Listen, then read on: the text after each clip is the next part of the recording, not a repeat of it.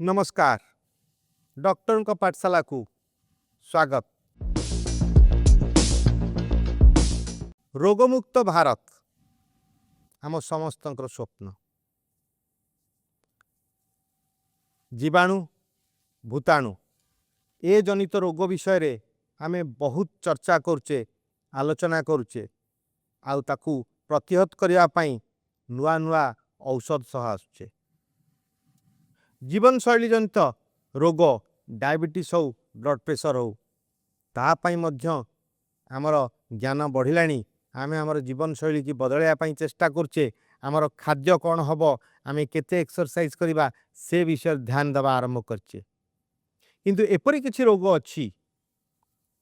जोटा कि शिशु जन्म समयरु निजर कौनसी दोष न थाई मध्य बहन करि आस्थाय जहा को आमे किछि जेनेटिक रोग को ता भितरु सिकुली रोग बा सिकल सेल डिजीज गोटिए। आसंतु स्वागत करनवा मैडम सामल को। नमस्कार। आज आसंतु पुणी थरे जहाँ जहाँ प्रश्न बाकी रही ताको आलोचना करिबा आउ आमर उत्तर रखिबे IMS hospital hematology department HOD professor Priyanka Samal. I'm Dr. Asit Kumar Jana. My question to ma'am is, what is the role of bone marrow transplant in sickle cell disease? Bone marrow transplant होची ultimate cure in sickle cell disease. Bone marrow माने जोटा अस्थि मज्जागत सो सेठी गोटे stem cells थाए। Stem cells आर सेल्स जोठू प्रत्येकटा रेड ब्लड सेल हो व्हाइट ब्लड सेल हो किंबा प्लेटलेट हो प्रत्येकटा ब्लड एलिमेंट सेठू तैयारी हुए। सेतिपई जेहेतु आमे कथा हेले एटा गोटे जेनेटिक डिसऑर्डर। सो जेनेटिक डिसऑर्डर माने आपनकर जो स्टेम सेल्स सेगुडा भी अफेक्टेड अछि। सो जदि आमे संपूर्ण भावरे से स्टेम सेल्स गुड़ा को नष्ट करिकी नूतन स्टेम सेल्स गुड़ा तांको देहरे दबा नॉर्मल स्टेम सेल्स जोड़ा डोनर गोटे हेल्दी डोनर पाखरु जोटा आसीबो तेणिकी से डिफरेंशिएट करिकी नुआ रेड ब्लड सेल्स तैयारी करे जोगुड़ारे आउ सिकलिंग डिफेक्टटा तांको भितरे आउ न थाए। सेथिपई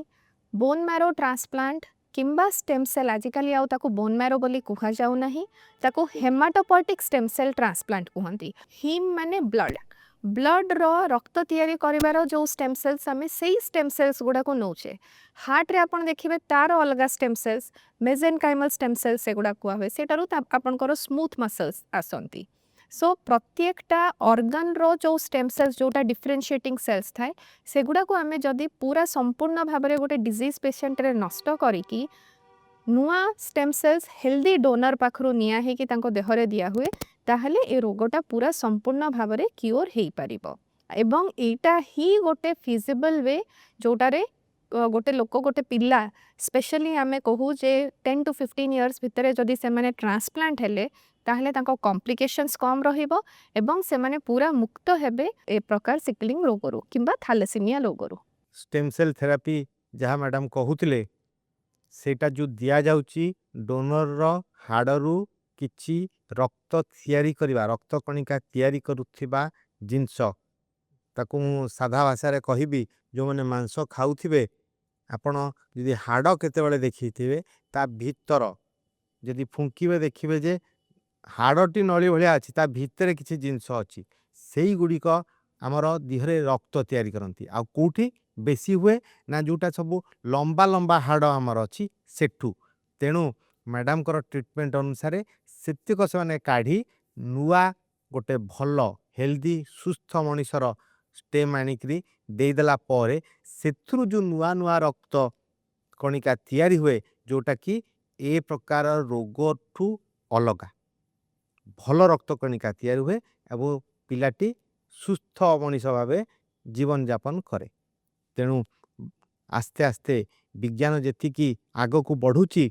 मेडिकल विज्ञान ने मध्य ट्रीटमेंट सेतिकी सहज होउची एवं नुआ नुआ कथा बाहरची जोटा आगुरु नथिला। जोटा आगुरु भाबुथिले एटा केबे भी जेनेटिक रोग एटा केबे बदली परिबनी ताकू प्रियंका मैडम कहया डाक्टर बदलै कि देखौचंती। तेणु तांको पई आजी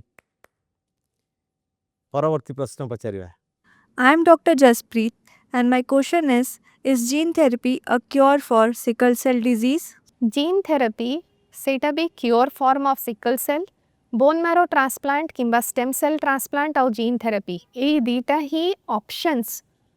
to get rid of sickle cell disease और to get cure of sickle cell disease जेहेतु एटा गोटे जेनेटिक डिफेक्ट आम एटा को कहू पॉइंट म्यूटेशन थाए बीटा ग्लोबिन जीन रे जोटा हिमोग्लोबिन रो गोटे पोर्शन सेटा को जदि आमे जीन थेरेपी हिसाब रे जो डिफेक्टिव जीन टाको आमे ताको वायरल वेक्टर्स नहीं कि सेटा को आमे गोटे प्रॉपर जीन जदि ता देहरे इनकॉर्पोरेट करूचे जो एफेक्टेड चाइल्ड थाउचे किंबा एफेक्टेड पेशेंट थाउचंती ताहले तांकर जो नुआ रक्त सेल्स तैयारी होची सेमानकर जो नुआ सेल्स तैयारी होबो सेगुडा आउ सिकलिंग नथिबो तो तेणिकी सेमाने भी गोटे प्रकार क्योर हेई परिवे एटा एबे प्रथम बहुत प्रिलिमिनरी स्टेज रे अछि ट्रायल्स चलीची फेज 3 फेज 4 माने जोटा आमे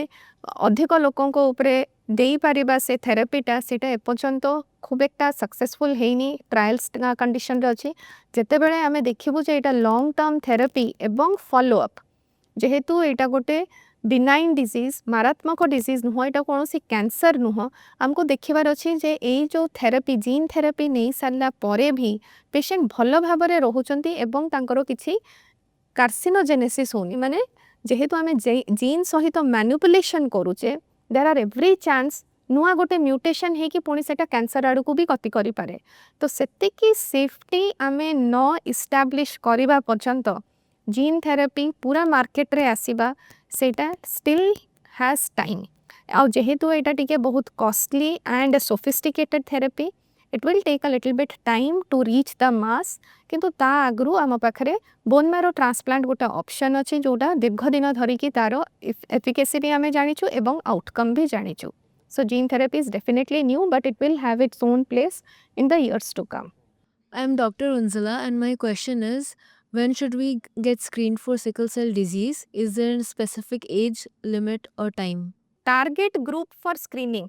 नवजात शिशु 0 years till 40 years of age. India रे आमे सेटा को 60-70 years पर्यंत भी सेटा को एक्सटेंड करूचु काहेकि हमर फिटल हिमोग्लोबिन अधिक थाउची so newborn children from 6 months to 10 years age adolescent प्रीमैरिटल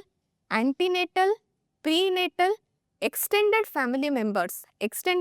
members माने जदि आपणकर गोटे भी लोक चिन्हटा है से फैमिली रो टोटल जेतिकी जण अछंती specially adolescents and young adults समस्तंकर आमे डायग्नोसिस करिबा निहाती उचित ताहले आमे जानिबु जे कैरियर की अछंती एवं डिजीज की अछंती तो राइट फ्रॉम इन्फेंट रे जोटा आमे न्यूबॉर्न स्क्रीनिंग सेटा रे ही एक्चुअली एबे जो ड्राइव टा चलीची सिकल सेल एलिमिनेशन जो ट्राइबल एरिया रे प्रीडोमिनेंटली सिकल एफेक्टेड बेल्ट जो गुड़ा रोचंती सेठी प्रत्येकटा नवजात शिशु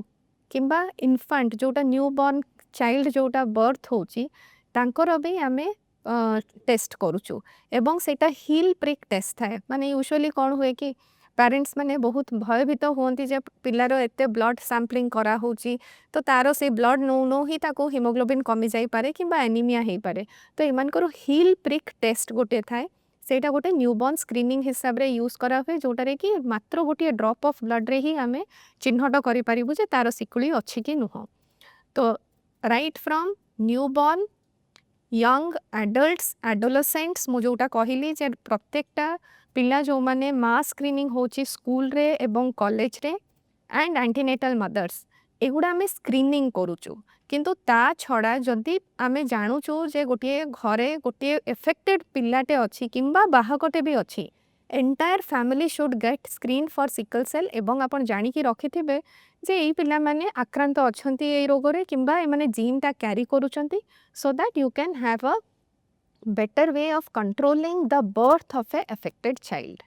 So it is across all age groups प्रत्येक एज ग्रुप रे हेई पारे जहार भी जदि सेमिति सिम्पटम्स देखा जाउची हेई पारे एवं नवजात शिशुरु नहीं कि वृद्ध अवस्था पर्यंत जो मान को भी सस्पेक्ट आपण करूचंती सिकलिंग आपण स्क्रीनिंग करि परिबे Should marriage between carriers be banned? Carriers माने सिकल सेल ट्रेट किंबा बाहक तो कैरियर्स मान को भितरे जदि माँ बापा किंबा हस्बैंड वाइफ जदि दुई जन जाक बाहक थांती प्रत्येक प्रेगनेंसी रे 25% चांस तांकर गोटे सिकल सेल डिजीज किंबा अफेक्टेड चाइल्ड हबार 25% चांस एब्सोल्युटली नॉर्मल चाइल्ड हबार एवं 50% चांस से माने तांको माँ बापा को रिजेंबल करिवे किंबा कैरियर हेबे ताहले जदि आमे 100% टोटल नौचे ता भितरु 75% chance that child will remain asymptomatic मो कहूनी जे डिजीज नथिबो माने genetically they may not be completely normal but they are asymptomatic जदि सिम्पटम्स नहीं ताहले से पिलाटी को आराम से नहीं हबो एवं जो 25% चांस आमे कहूचे सेटा गोटे कोरियोनिक विलस सैंपलिंग बोली प्रोसीजर टे अछि फर्स्ट 3 मंथ्स ऑफ प्रेगनेंसी जतेबेले फर्स्ट माँ जानुची जे तारो मिस्ड पीरियड हैला एवं तारो प्रेगनेंसी टेस्ट पॉजिटिव आसिला से एंटीनेटल चेकअप करिया पई गला एवं सेठी से जणा पड़िला जे तारो सिकलिंग रोगोटे अछि किंबा she is a carrier that time itself she should be counselled regarding testing of the baby so baby test करिया पई कोरियोनिक विलस सैंपलिंग करा हुए प्रथम 3 मास भितरे गर्भर 3 मास भितरे एवं जदि आमे जानि पारिले जे से छुआर म्यूटेशन अछि किंबा तारो डिजीज अछि दुई पेरेंट्स को पाखरु ता पाखको डिजीज ता आसीची ताहले आमे सेटा मेडिको लीगली किंबा आमे जोटा कहू लॉ अलाउ करे किंबा परमिट करे टू अबॉर्ट दैट चाइल्ड और अबॉर्ट दैट फीटस तो एटार सुविधा कौन गोटे एमनियोसेंटेसिस बोली भी गोटे प्रोसीजर अच्छी सेटा 6 मास भितरे आमे करि परिबु सपोज आपण 3 मासटा क्रॉस करि गले आपण तापरे चिन्हट हेले जे नाही आपणकर सिकुली अछि किंबा आपणकर बेबी जानिया पे आपण चाहुचंती दे सी अफेक्टेड अछि कि नुह आपण 6 मंथ्स भितरे भी एमनियोसेंटेसिस करि परिबे किंतु सेटारे कोन हुए माँ आ छुआ जेते दिन गड़ी जाए माँ रो गोटे साइकोलॉजिकल अपसेट हुए जे मु एतिक दिन हे सालानी मो प्रेगनेंसी आउ एबे मु ताको अबॉर्ट करिया पे चाहूची we do not want that psychological stress on the mother एवं जेते अधिक एडवांस प्रेगनेंसी हुए सेते अधिक चांस थाए माँ उपरे भी तारो किछि इफेक्ट प्रोसीजरल इफेक्ट हबार तो सेति पई आमे सब बेले एनकरेज करू जेते शीघ्र चिन्हट हबो बेबी नॉर्मल अछि किंबा he is affected you can carry on the pregnancy तो सेही हिसाब रे आपनकर प्रश्नर उत्तर हैला ban word should not be used जदि आपण जानि छंती आपण सिकल ट्रेट अछंती किंबा कैरियर अछंती try to get married to a normal person suppose आपण भल पाई कि कहारी को बाहा हेले ता बोली कोन आपण छाड़ी देबे at least you have one chance that आपण बेबीटा को बॉर्न हबा आगु बर्थ हबा आगु जानतु किंबा चिन्हट करंतु तार सिकल डिजीज अछि कि नुह so two carriers can also get married it is not mandatory that you should not get married this is very important एटा गोटे टैबू भले आपण नियंतुनी जे आपण सिकल ट्रेट अछंती आपण लाइफ लॉन्ग केबे बाहा हेई परिबेनी किंबा आपण सिकल डिजीज अछंती आपण लाइफ लॉन्ग बाहा हेबेनी इवन जदि गोटे डिजीज मदर अछि एसिम्प्टोमैटिक अछि सी भी बाहा हेई पारे जदि नॉर्मल बाहा होबो ताहले प्रत्येकटा पिला बाहाको ही हेबे से माने कौनसी दिन सिकल डिजीज हेबे नहीं so two carriers they can marry a disease lady or a disease person male they can also marry and they will have children who are traits but they will be asymptomatic ए जिनसटा मने रखिथिबे एवं ताको taboo भलिया नेबे नाही यदि pregnancy related sickle cell disease कथा आछि मैडम आज बहुत भल भल कथा कहले आपण माने समस्त मन रखंतु दुईटा ट्रेट बा जहाँकर लक्षण किछि नाही किंतु जीन रे तांकर डिजीज अछि बा सेही प्रकार परिवर्तन अछि सिकल सेल पाई से माने विवाह करि परिबे किंतु जदि से माने दुई जनाक बाहक अछंती निश्चय 3 मास भितरे तांकर कोरियोनिक विलस सैंपलिंग बा से प्रकार जो टेस्ट हमर अछि ताकू करिबा दरकार जदि आमे केते बेले गर्भर प्रथम अवस्था रे बा प्रथम 3 मास भितरे झियर टेस्ट कला परे आमे जानुचे जे तार सिकल सेल कैरियर बा ट्रेट अच्छी से केस रे तार स्वामीर टेस्ट निश्चय करवा उचित जदि स्वामी नॉर्मल अच्छी मैडम आगुरी कही सारी मु पुणी थरे कहूँ जदि स्वामी नॉर्मल अच्छी झीर ट्रेट अच्छी किछि मोटे भाबिबार नाही किंतु जदि दी जनाकर सिकल सेल ट्रेट आसला अर्थ होची जेनेटिकली से मानक पाखरे ए प्रकार असुविधा अच्छी किंतु लक्षण किछि देखा जाउनी ताहेले निश्चय आमे कोरियोनिक विलस सैंपलिंग 3 मास भितर करिथिले जदि असुविधा पाइबा जदि जना पड़िबो जे ए गर्भटी सिकल सेल डिजीज रो गोटे पिला हबा पई जाउची ताहले गर्भपात करिया पई लॉ समस्त प्रकार साहाय्य करिवो एवं डाक्तर साहाय्य करिवे एटा लीगली आमे समस्त प्रकार क्राइटेरिया फुलफिल करिकरी गोटे गर्भपात करि परिबा एवं आगामी गर्भ किपरि भल हबो ता पई एडवाइस सह आमे परवर्ती गर्भ पई धारण पई चेष्टा करिबा। परवर्ती प्रश्न। My name is Dr. Sanmija Muzumdar, and my question is, can patients with sickle cell disease not live long? There is a lot of difference between patients who have presented earlier. आगु जदि आप देखिए 20-30 वर्ष उपर sickle cell patients बंचु नथुले। Most important कारण death रो होची एक्यूट चेस्ट सिंड्रोम जोटा मु कहली चेस्ट पेन हठात की हुए इन्फेक्शंस हुए तांकर जो आमे पिल्हाटा कहू स्प्लीन ऑटोस्प्लीनेक्टोमी हो जाए एवं तांकर various complications pi and organ damage pi patient खराब हो जाती किंबा मरी जाती एक्सपायर कर जाती। तो सिकल पेशेंट्स जो मैंने सिकल सेल डिजीज सिवियरिटी अनुसार जदि सेटा सिकलिंग परसेंटेज 80-90% रुहे आउ से माने हाइड्रोक्सीयूरिया खाती ताहले आपण देखिबे गोटे गोटे फैमिली रे 15 वर्ष 17 वर्ष 18 वर्ष पिला माने भी से माने लाइफ हरई बसंती तांको जीवन हरई बसंती। तो सिकल सेल डिजीज को जदि आमे एबे देखिबा 9 मासे 6 मास रु जदि आमे हाइड्रोक्सीयूरिया स्टार्ट करूचे पेशेंट मानकर किंबा जेतेबेले पिलांकर प्रथम चिन्हट होची there is a lot of difference after you start the drug.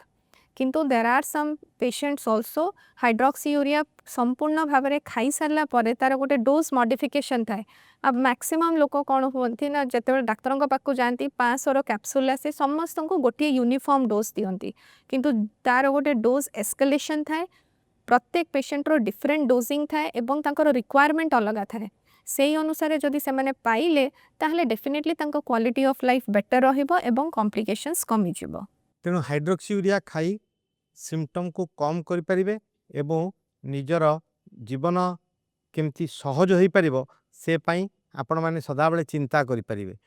किंतु छोट पिलांकठू यदि ट्रीटमेंट आरंभ हुए ताले एटा सदाबले भल बोली मैडम कर गोटे मेसेज। यदि घरे आगुरु कहार ए प्रकार रोग अच्छी बा आपण जानिचंती जे आमे निजे ट्रेट बा आमर पिलार रोग हबार संभावना अच्छी ताहेले सठिक समय रे डाक्तर परामर्श करी जदि हाइड्रोक्सीयूरिया भलिया औषध आरंभ करिबा ताहेले बहुत असुविधारु आमे निजको एवं निज परिवार को दूरे रखि परिबा। परवर्ती प्रश्न। My name is Dr. Rajeshwari Bal. My question is, can sickle cell disease be prevented? Prevention पाई सबुठ इम्पोर्टेंट होची young adolescents and antenatal mothers. Screening is a must for this age group because they are in the reproductive age group. तो प्रत्येकटा एंटीनाटल mother रो जदि screening आमे करिले एवं school and college going children मानकर जदि आमे मास स्क्रीनिंग करिले जोटा उपरे एक्चुअली गवर्नमेंट बहुत ही इम्पोर्टेंस दोची एवं ओडिशा रे भी Odisha actually has set up as a role model in screening of the sickle patients. So we are also proud about that and lot of thanks to our government also to take that initiative among the policy makers, then the individuals who have put their effort. So sickle can be eliminated only by one way, that is mass screening and antenatal screening. जदि एटा हमें करि पारिले definitely we will be the first state also to bring about an elimination. Sickle cell disease उपरे आमर जदि गोटे centre Bharat रे प्रथम हितला सेटा संबलपुर रे हितला एबे भी सेटा चालुची एवं या पर रिसर्च आमर मध्य अन्य स्टेट अपेक्षा बहुत आमे आगे रे अच्छे। दुईटा कथा पाई आमे गर्व करिबा गोटे होची आम स्टेट एवं आमर राज्य सरकार जो प्रोत्साहन अच्छी ए प्रकार रिसर्च को एवं ए प्रकार रोग को दूर करिया पाई। आ द्वितीयतः आमे आफ्रिकार कौन देश रे जन्म होइने आमे भारत रे जन्म होइचे जेमती मैडम कहिले आमर रक्त रे सिकल सेल डिजीज पिलांकर फिटाल हिमोग्लोबिन बहुत बेसी रोची जोटा कि तार प्रकोप रोगर कम करुची। ये सब भल कथा सह आमे सदाबले हसिबा सदाबले खुशी रहिबा एवं भारत आम राज्य पई आमे निजे गर्व करिबा एवं निजक सुस्थ रखिबा समाज को सुस्थ रखिबारे सहायता करिबा। जदि रोग होईची लुचेबा कथा नुहे, जदि रोग होईची डरिबा कथा मध्य नुहे कि रोग जदि कहा पाखे देखुचे ताकू डरइबा कथा नुहे कारण रोगर प्रतिकार अछि रोग को किपरि आमे कंट्रोल करि परिबा ताकू मध्य व्यवस्था अछि आपन को सहाय्य करिया पई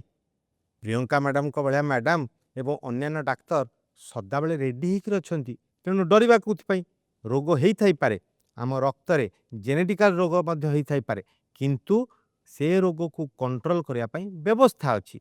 सरकार सहाय्य करिवे समाज सहाय्य करिवे डाक्तर सहाय्य करिवे केवल अपेक्षा आपण सठिक समय रे डाक्तर पाखरे पहुंचबा आजिर चर्चा निश्चय आपण माने सुनिथिबे जदि एटा उपाय देबे बोली भाबुचंती आमर फेसबुक माध्यम रे हो आमर इंस्टाग्राम माध्यम रे हो आमर यूट्यूब माध्यम रे हो ए कथा को अन्य मानक पाखरे पहुंचा पय मध्य चेष्टा करिवे ए प्रकार आशा आपण मन पाखर रखुची एवं आगामी अध्याय रे पुणी जने स्पेशलिस्ट पुणी जने प्रोफेसर एवं आईएमएस और सम हॉस्पिटल रो अन्य डाक्तर एवं छात्र छात्री सह मु प्रस्तुत हेबी बसंत कुमार पति नमस्कार।